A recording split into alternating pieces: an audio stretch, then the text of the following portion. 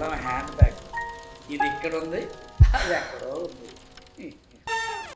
అయ్యగారు, అమ్మాయిలు అందంగా ఉంటారా అబ్బాయిలు అందంగా ఉంటారా? అఫ్ కోర్స్ అమ్మాయిలే అందంగా ఉంటారు. అసలు అమ్మాయిల అందం గురించి ఒక ఇంగ్లీష్ కవి ఏమన్నాడో తెలుసా? ఏమన్నాడు? Every lady is cute when she is mute అన్నాడు. అంటే ఆడవాళ్ళు నోరు మూసుకుంటే అందంగా ఉంటారా? మీరు నోరు మూసుకుంటే మీరు మాత్రమే కాదే, ప్రపంచం మొత్తం అందంగా ఉంటుంది. ఓహో. అవును, ఆ చేతిలో బుక్ ఏంటే? ఇది సైన్స్ బుక్ గౌతమ్. సైన్స్ అంటే నాకు చాలా ఇష్టం.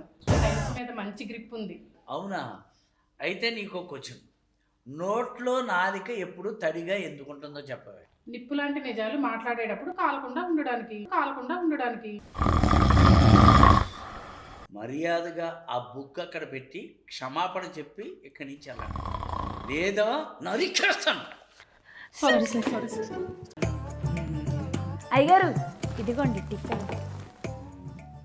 ఆహా మాహా, ఇడ్లీ అంటే ఎంత మెత్తగా ఉంది. మీరు తినడానికి ఈజీగా ఉండాలని కాసేపు నీళ్ళలో నానబెట్టాం గౌతమ్. నీళ్ళలో నానబెట్టారా? మీ తెలివి తగలయ్యా. ఆ నానబెట్టేది ఏదో సాంబార్లో నానబెట్టవచ్చు కదే. అరే రే రే రే, మాకు ఈ ఆలోచన రాలేదే.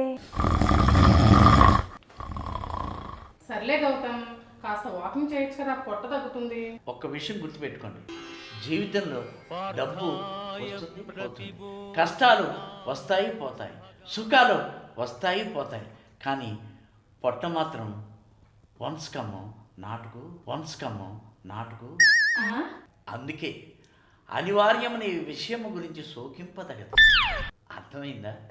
మరి ఇంకా ఇక్కడే ఉన్నారే, వెళ్ళండి.